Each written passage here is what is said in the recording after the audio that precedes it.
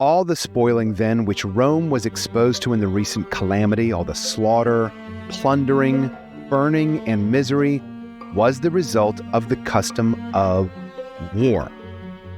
But what was novel was the savage barbarians showed themselves in so gentle a guise that the largest churches were chosen and set apart for the purpose of being with the people to whom quarter was given, and that in them none was slain, from them none forcibly dragged. That was from St. Augustine's City of God. Welcome to Hot Takes on the Classics. My name is Tim McIntosh, and I am joined by Emily Maeda for this week's episode on The City of God by St. Augustine in a season-long podcast on the subject of war. Emily, we're back at it with a book that doesn't sound very much like it would fit in a season about war, City of God, but it does. That quote, it really fits. Yeah. But it does. Yeah, thanks a lot. Thanks a lot for giving me this book. Thanks. It's so big. It's such a huge book. It's such a huge book. It's such a huge book. And you're right. It sounds like, how can this be about war? But the whole, the City of God is about many things, but it does begin, or it's prompted by the Visigoths' sack of Rome in 410 AD. So Augustine Emily, is what a to bishop. Compare that to? Sorry to interrupt you, but to compare it to? This is like one of the events in Western history, like an absolute pivot point in history. It is. I don't know what it's comparable to.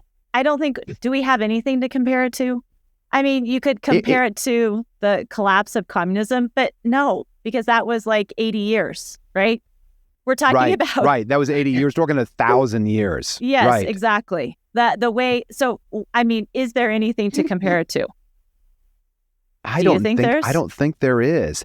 It would be the equivalent of the United States going for another 750 years, and then some marauding army came in and not only took over Washington, D.C., but also took over New York City and Los Angeles all at the same time and set up kind of like a different kind of government. That's what would be happening.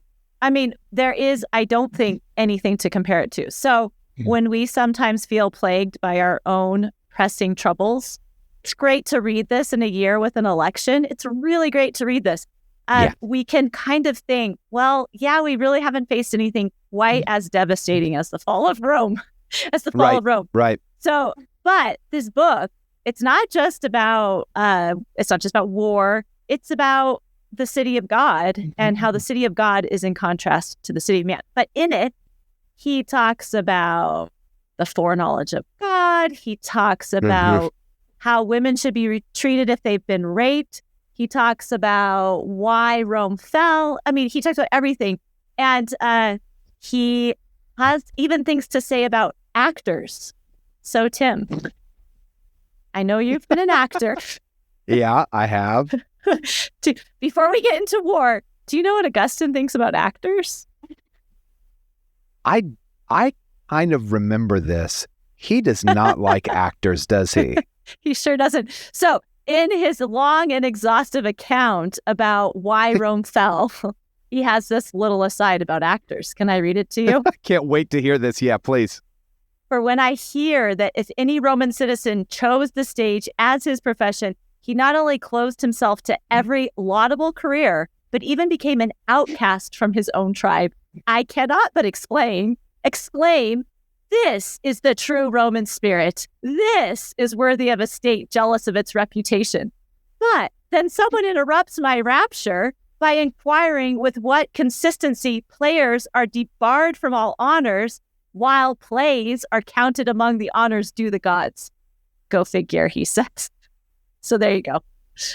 Barred from any laudable profession. Okay. So explain this to me. I don't know that I understand it. Well, he's saying, look, the Romans are awesome because they clearly see that actors are reprobates. Yeah. But oh, yeah. This is the true Roman spirit. This is worthy of a state jealous of its reputation. But he says, how can you have that attitude towards actors and then still celebrate the plays that they act in? Because the plays were part of religious festivals, right? So he's like, you can't have it both ways. You can't treat actors so poorly and still use their plays in worship of gods. So there you go. Okay, so he kind of redeems it. He pulls back a little bit at the end. I don't think he does. No, he thinks actors and plays should both be taken out. Oh, he doubles down. I thought he was saying, like, yeah, plays, they're okay. Like pay the actors. I see. Okay, he doubles down. No, sorry. He doubles down. But this is one of his rhetorical ways, right? He'll take even something used by the Romans and then say, look, you're not even being consistent in what you're doing. This is how he does it. So I don't think Augustine was a fan of the stage. I'm just going to say. But that's maybe because he hadn't seen Shakespeare. Even the greats can be enlightened. Even the greats can be blinded. Right, they can be blinded. Anyway, that's a digression from our topic. But I do think it's fitting because the City of God has many digressions. It has many digressions. So it's like 500 pages. It definitely has a lot of digressions. Yeah, no, it's 800. My book is 800. Small type, I might add. Small type. Yeah. So before we get into that, do you want to know? Well, I know you know, but maybe our listeners want to know a little bit about Augustine. Tell us about Augustine. Augustine, born in 354 in the Roman province of Numidia, which is present-day Algeria. So this is one thing that I love because Augustine's lumped into the category of dead white men, Yeah, he's a North African. We don't need to be reading his books because he's an old white man. No, he's Berber. He's definitely Berber and from Africa. So not a dead white man. I read recently, Emily, like the majority of the church fathers, and so that's the period of time after the close of the New Testament through the beginning of the medieval world. Yep. And I don't know exactly who made the list, but the majority were African. Absolutely. North African into Asian. Yes. That is the home of Christianity. Right. So he grows up in a Romanized home. So they're Berbers, but then they're of the upper classes, and he speaks Latin. And his mother, Monica, is famously a Christian, but his father is not. And so he grows up in a split home, and Monica attempts to raise him as a Christian, but he is not really having it. He's bright. He's very bright, very precocious. Loves Virgil, loves the Aeneid. Have you read the Confessions, Tim? I have read the Confessions multiple times. And we did discuss this when we discussed the Aeneid, but Augustine has such a moving part in the Confessions where he talks about crying over the love between Dido and Aeneas. Then later feeling remorse that he didn't cry over his own sins. Mm-hmm. But here's another interesting thing. He, of course, like the old language for Augustine was Greek, which they attempted to teach him. I guess he had a very abusive teacher, but he never learned Greek, which is also really fascinating, isn't it?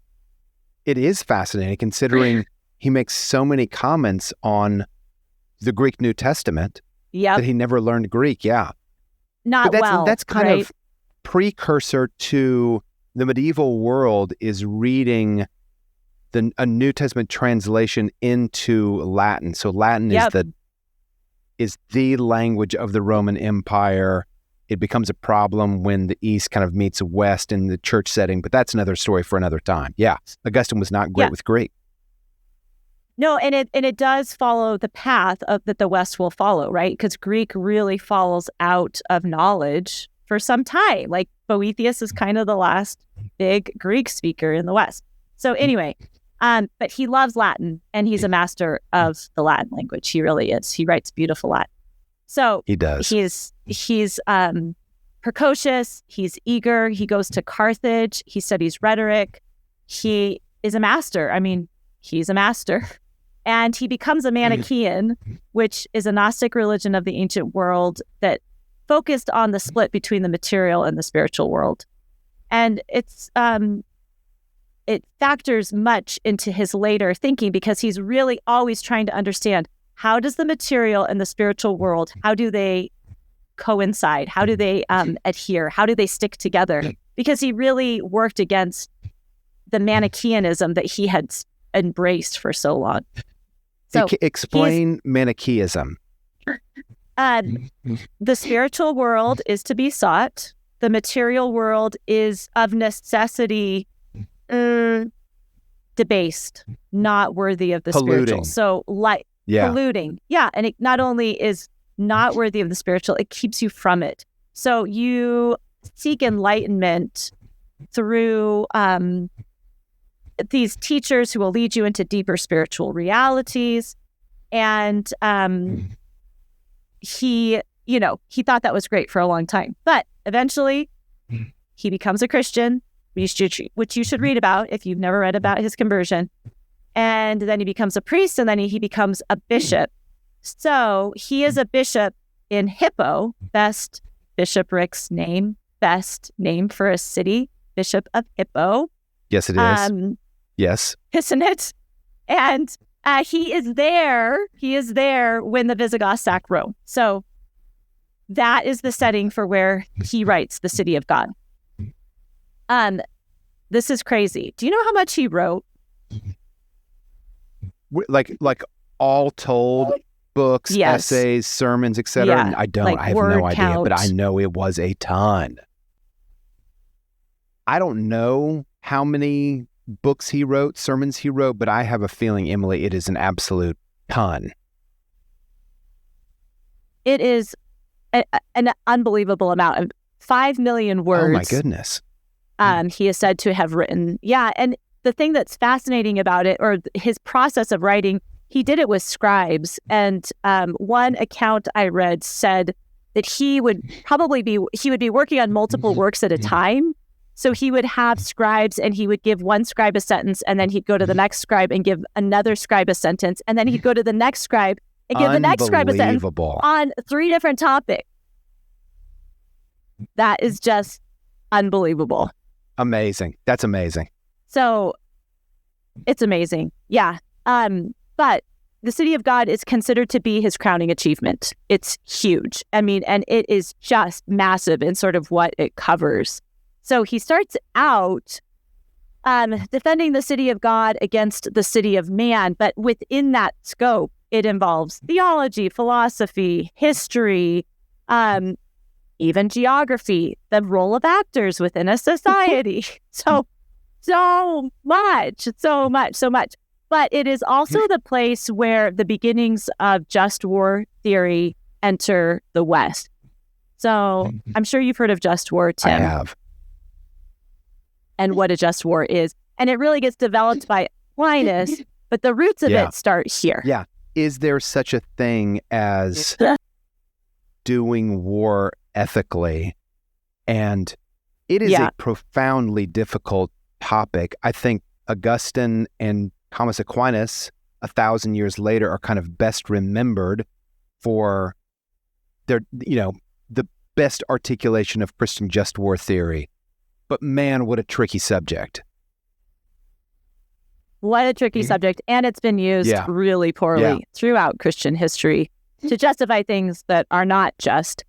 But, I mean, it's really hard to overstate how important Augustine is to the West, don't you think? Almost impossible. I mean, it's just, as I'm reading it, I'm like, oh my gosh, so many later controversies or ideas or doctrines or theological perspectives begin here. It's two things are happening at once.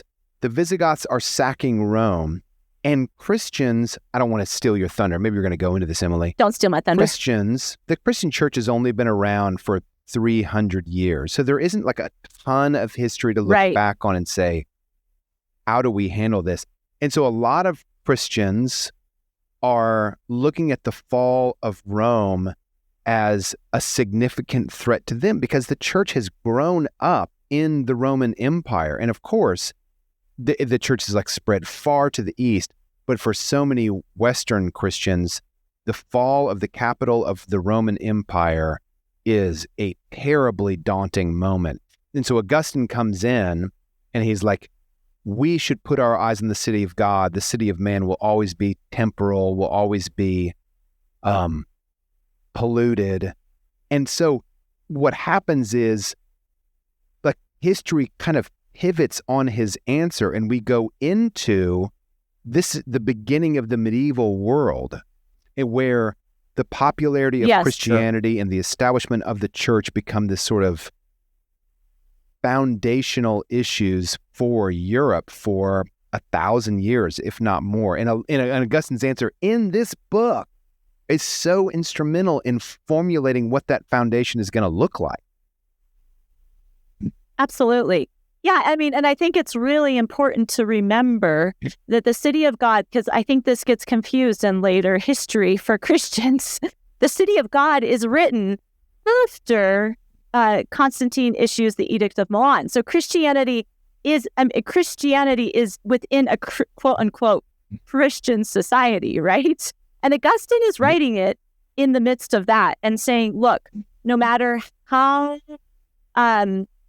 good or bad the city of man is, and that's governing temporal affairs, it is never the city of God, and the city of God is what will remain, right? And so from that framework, which of course to the ancient mind is crazy, right?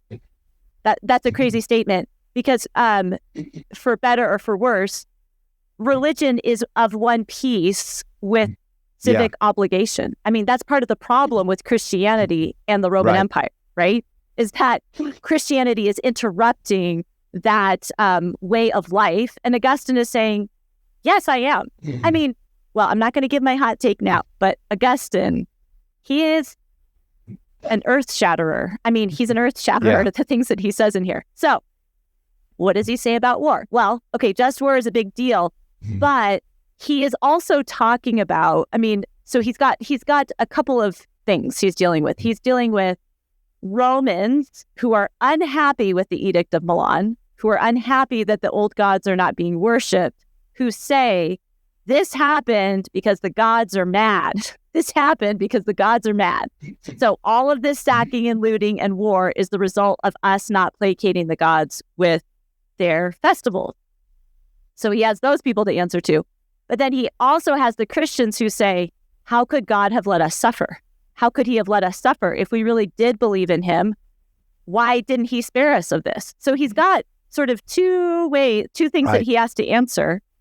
And he answers it so comprehensively that you're like, yeah, they don't have an argument to stand on. Yeah, what are they talking about? Like, they have got nothing to say. They've got nothing to say. And let me tell you, it's exhaustive. He was a rhetorician of the highest order. He sure was. And he flexes his muscles when he wants to. Oh, he sure was. Yeah, I feel, and I felt that so much rereading it for this, I feel Augustine's like vitality. Oh, really? It just kind of, do you feel that way when you read him? Always. It's like the prose is just always pulsing forward all the time. Yes. And it's so good and so zingy and so, I don't know, you feel like Augustine would have been, okay, scary to hang out with, but also like, right. So fun, right? Because you'd be really afraid of taking him on in anything. There's no such thing as just hanging out and getting a beer with Augustine, and like talking about. That's just not going to happen. Right? I remember reading someone talk about Milton Friedman, the conservative economist in the 20th century, saying, many people argued with Milton Friedman and defeated him when he was out of the room. Yes, there you go. Kind of like Augustine also, something like that. Yeah, definitely. So Augustine says, yes, war is terrible. And actually, Augustine says the Christians shouldn't be fighting. That's what he said. And he does come to the qualification where we get just war, where he says, okay, there are times to defend that you must pull up the sword. And he also says that if somebody fights for a ruler, it is not accounted to that person who fights as breaking the commandment to not murder, right? It's not murder at that point. Like they are working under the command of another. So in these situations. Oh, I see. So if a soldier is told by his lieutenant, go attack these other soldiers over the hill, and the soldier is successful and kills, it's not held, he's not held responsible for it, but the commander presumably is? Presumably. Yeah. Yes, exactly. And Augustine does so much of this throughout the book. So one of the other things that he deals with is there were many Christian women who were raped in the sack of Rome. And in Roman culture, and they take this from Lucretia, who is the paragon of Roman virtue surrounding a woman. You know the story of Lucretia. At the end of the Kings, she is raped by the king's son, and she has done nothing wrong. She has been honorable. She has defended her husband, but she commits suicide for her honor. And Augustine says, no, she has not done anything. She has not lost her honor. Nothing. She has not lost her purity. That is totally on the person who attacked. She has not been violated because she has not wanted it. And like, we're like, oh, well, of course. But no, back in the day, that was not, this of course. Crazy. Yeah, no, I mean, this is earth-shattering because Lucretia, her example, I mean, I think you can say, like, this is the end of honor culture. Honor culture is starting to end here. Yeah. Do you know what I mean? Yeah, of course.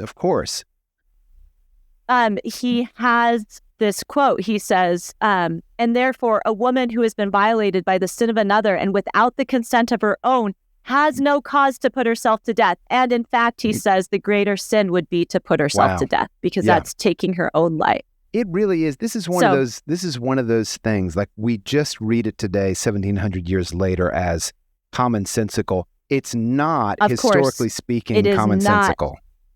It is not commonsensical in any way, shape, or form. I mean, that's what's so awful. Right. Is that women killed themselves if they had been raped. Yeah. And we just forget about this. So here's the original question. Where was the God of the Christians when Rome was sacked? So if Christianity has come to be the state religion, then clearly the Christian God was out to lunch when this all happened, because why did he let it happen? And before Augustine answers that, I mean, he pretty much says, yeah, the ways of God are unsearchable and unknowable, there you go. But before that, he goes through the entire history of Rome. I mean, and it is incredible what Augustine knows and remembers and cites and lists. Really? And he says, oh, this is the fault of the God of the Christians. Well, what about this war? And what about this war? And what about this war? And then what about when Marius has the civil war? And what about Sulla? And what about Pompey? I mean, so where were your gods then? What were you doing? Where were they then? That was way before the birth of Christ, and a lot of bad things happened to you. So if you want example after example, he'll keep going through it. And then he says, well, if the Roman gods were true, then why did they treat the best of the Romans so horribly? So if they were really interested in virtue and honor and all these things, then where were they when the best of the Romans were persecuted and murdered? And he takes out Regulus. Do you know the story of Regulus? I don't know the story of Regulus. It's a great story. Regulus, it's during the Punic Wars, and he is captured by Carthage. Regulus is a Roman. He's captured by Carthage, and Carthage sends him back to Rome and says, you go to Rome and have the Romans accept our peace treaty. So Regulus is sent back to Rome, and Regulus goes and he says, do not accept the peace treaty. It will require my death, but do not accept the peace treaty. It's bad for the Romans. And they're like, okay, great, we won't. And you can stay here. And he says, oh no, I cannot stay here. I gave my word. I will return to Carthage. So he returns to Carthage and they murder him, but they do it this way. Yes, the Carthaginians murder him. They put him in a box. Oh no. nails through the box on all sides. So he has to stand up. But of course, if he falls back or if he falls forward, and he dies from dehydration and starvation. And he this is like the cost of keeping his word. Yes, exactly. So he's held up as a paragon of Roman virtue. And Augustine is like, yeah, he was a great guy. Yeah, that's honorable. That's virtuous. Jupiter turned his back on him. But where were the gods? Where were the gods? And so he goes through this ad nauseum, example after example, and he says, yeah, so basically the Roman gods were ineffective because it wasn't the Christian gods who suddenly abandoned you now. No. So, and we can just keep going on and on. And he says, the quote that we started with, though, he says, look, you're criticizing the Christian God, but look how you were treated when you took refuge in the churches of the Christians. The quote that we read at the top. You were not killed. The quote that we read at the top. You were not killed. You were saved. You were protected. When have we ever heard of this? When has this ever happened? And he's right. He's right that, the Visigoths at this point, if they're not Christians, they're certainly Arians. They have, and they respect the Christian God. So it's kind of interesting. He says, look,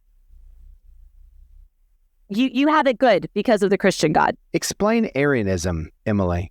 Because we're getting into, as the church is getting more popular, as they're becoming more and more Christians, this is also the time of really big, notable heresies. And Arianism is one of those early heresies. Yeah, it's an early heresy. It's somewhat similar to, not to Manichaeism, but it maybe has its roots in sort of a dualistic view of the world. So Arius was he was a Christian bishop who is actually thrown out of the church at the Council of Nicaea, but he posits that Jesus Christ was, a really great man, certainly a man among men, certainly the best man that ever has lived, certainly somebody we should pattern our lives off of, but he wasn't God. And so this, all the controversies of the early church center around the person of Christ and who he was. But no matter what, the Visigoths have come into contact with Christianity and they respect it. So Augustine says, rather than say it's the fault of the God of the Christians, look at how you were treated when you fled to the Christian church. Whether you believed or not, the Christians didn't kick you out. The Christians let you come in and they saved you. So another great thing. So for all of this, he just uses example after example after example. And as you say, he is just a great rhetorician. So sometimes he grants a premise of the Romans and says, okay, you believe in virtue. Look at how your gods treated the virtuous. Or sometimes he'll say, look at your gods. And they're supposed to be so great, but look at the vile and lewd worship that they require. You wouldn't be caught dead doing the things in front of your mother at home that you do out in public at the worship of the gods. And then he says, this is another great quote, because we've already talked about it in the Aeneid, the rape of the Sabine women, right? Rome is founded on fratricide, killing of brothers, on rape, on forced violence, just like you said in the Aeneid. There is this sense from the start of Rome that the Romans themselves can't live up to the ideals that they, promulgate. So he has this great quote. He says, well, here's maybe the reason that the Romans were neglected by their gods. In the saying of Sallust, that equity and virtue prevailed among the Romans, not more by force of laws than of nature. So Sallust is saying, by nature, the Romans were virtuous. I presume it is to this inborn equity and disposition we are to ascribe the rape of the Sabine women. What indeed could be more equitable and virtuous than to carry off by force as each man was fit, and without their parents' consent, girls who were strangers and guests and who had been decoyed and entrapped by the pretense of spectacle. So nothing more virtuous than raping a bunch of women. The rape of the Sabine women, we mentioned it earlier, but just to refresh everybody's memory, when Romulus kind of formed his tribe after killing his brother, he's got this band of dudes that are following him, and they kind of quickly realize, if we're going to continue as a tribe, we need to be able to repopulate. And guess what? There are no women around. So they go to a neighboring city and they just carry off a bunch of women. They're just like, here you go. You're going to be my wife. And it's like a really crucial episode in the founding of Rome. It's not like, it's part of the absolute lore that is early Rome. Yes. Exactly. It's not secondary. It's like in the founding of Rome.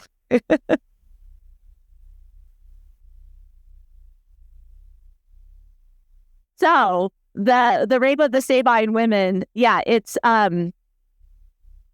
well, maybe that's the reasons that the Romans were neglected by their gods, right?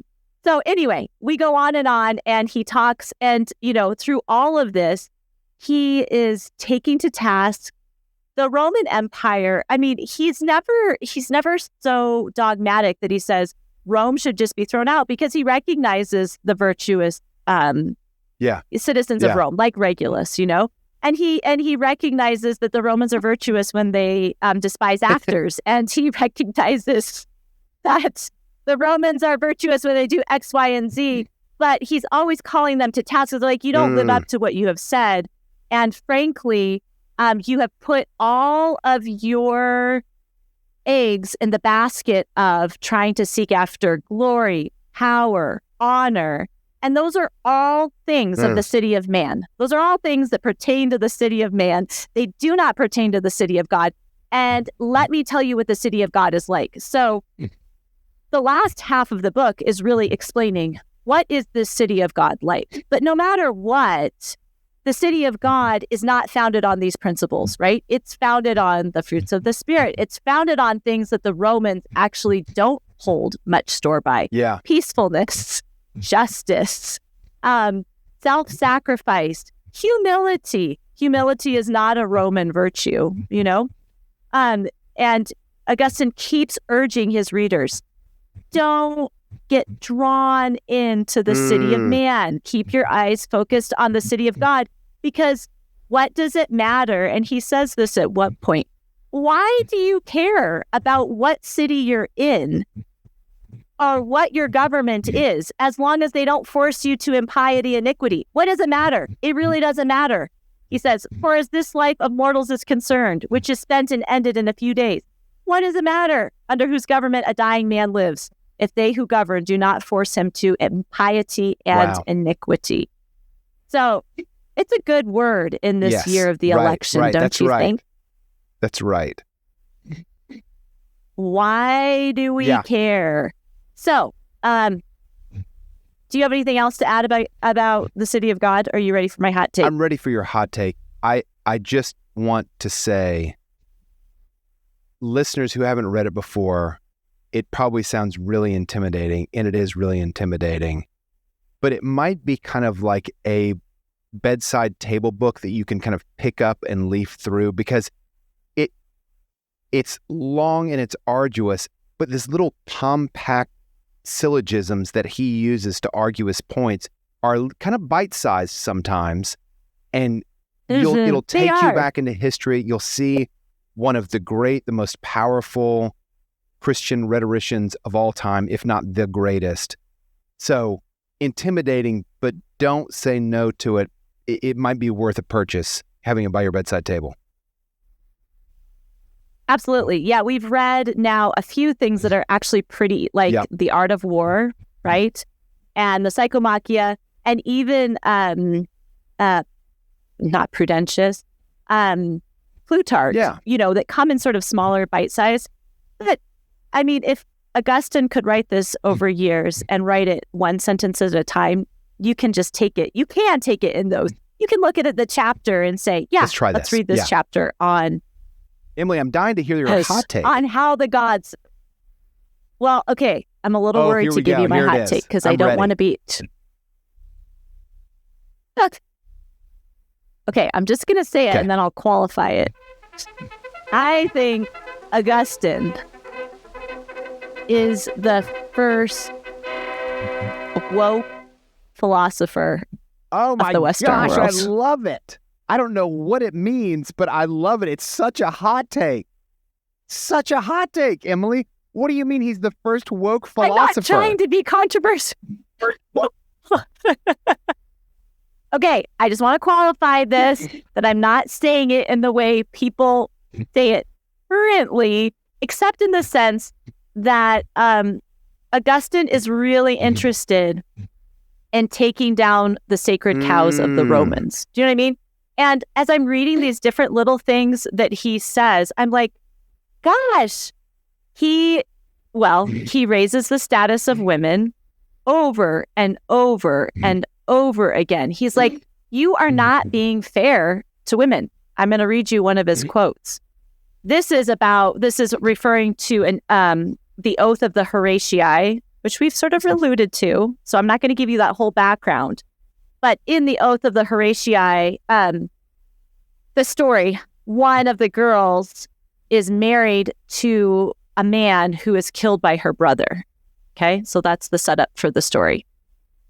And she, this girl, when she saw her brother wearing the spoils of her betrothed, burst into tears and was slain by her own brother in his anger. To me, this one girl seems to have been more humane than the whole Roman people. I cannot think her to blame for lamenting the man to whom already she had plighted her troth, or as perhaps she was doing, for grieving that her brother should have slain him to whom he had promised his sister. 4. Why do we praise the grief of Aeneas over the enemy cut down even by his own hand? I demand in the name of humanity that if men are praised for tears shed over enemies conquered by themselves, a weak girl should not be counted criminal for bewailing her lover slaughtered by the hand of her brother. I mean, come on. That's amazing. That is amazing. So I want to read this to you because this is the setup, or the setup to this quote is from the Oath of the Horatii, and it's about one of the Horatei's sisters who is married to someone that he slays, and it's her response. Okay, so this is a setup to the quote. We don't need to know the whole thing. And she, the girl, when she saw her brother wearing the spoils of her betrothed, burst into tears and was slain by her own brother in his anger. To me, this one girl seems to have been more humane than the whole Roman people. I cannot think her to blame for lamenting the man to whom already she had plighted her troth, or as perhaps she was doing, for grieving that her brother should have slain him to whom he had promised his sister. 4. Why do we praise the grief of Aeneas over the enemy cut down even by his own hand? I demand in the name of humanity that if men are praised for tears shed over enemies conquered by themselves, a weak girl should not be counted criminal for bewailing her lover slaughtered by the hand of her brother. Okay. I mean, that's amazing. That's amazing. Like, why are you praising Aeneas? She is more honorable than the whole of the Roman people. Okay. Who has ever said that? That's a great claim. It's such a great claim. I know. Okay. So I'm saying, like, he's the first feminist. Okay, now people are going to get mad about that, but do you know what I'm saying? He is defending the equality of women over and over again. Which is the baseline of what feminism is. Like, some people hear feminism and they're like, oh, that means like man hatred, but that's not really, that's like a very late iteration of feminism. Exactly. If at all. And what you're talking about, like, just the basic that men and women are of equal value. Yes. Is so taken for granted, and it's a basic feminist notion. And he says, I demand in the name of humanity. I love that. It's so great. If men are praised for tears, then so should women. Okay. He's also an anti-imperialist. Come on. So talk about that. He says, do they reply that the Roman Empire could never have been so widely extended nor so glorious save by constant and unintermitting wars? So he's saying, like, these people are mad because the Roman Empire is falling apart. But the only way that it could be maintained was through war. And he says, fit argument, truly. Why must a kingdom be distracted in order to be great? In this little world of a man's body, is it not better to have a moderate stature and health with it than to attain the huge dimensions of a giant by unnatural torments? And when you attain it, find no rest, but to be pained the more in proportion to the size of your members? He's like, that's ridiculous. We would never think that's great for a human. So why is this great for a country? And then he goes in and says, it seems so much better to be smaller and to live at peace, each country respecting the rights of others, than to be dominated by this huge empire that can't really even keep itself together except by fighting war. And he says, war is at odds with the city of God. That is not a value in the city of God. So he's Emily, not only I love it. What a hot take. Well, I hope we don't get in trouble for that, because I hope you know the spirit in which I'm saying it. If they listen, I think they will. I think they will. So Emily, there you I go. love it. And I have to say, we're about to do Beowulf, and my hot takes on Beowulf, I think, are interesting, but they are, compared to yours, relatively lukewarm. So I think you just made up. You just made up for my relatively lukewarm forthcoming hot takes. Oh, I'm so glad. I didn't want to be too controversial, but I'm so glad. I love it. Hey, listen, we want to thank everyone for joining us on Hot Takes on the Classip, your gossipy gallop through the best books ever written. City of God is top of the list. It sure Thanks is. to Clark Stefanik, our producer. Thanks to True North, our platform. And thanks, as always, to Tom Hagerman, who wrote and performed our music. See you next time on Hot Takes on the Classics.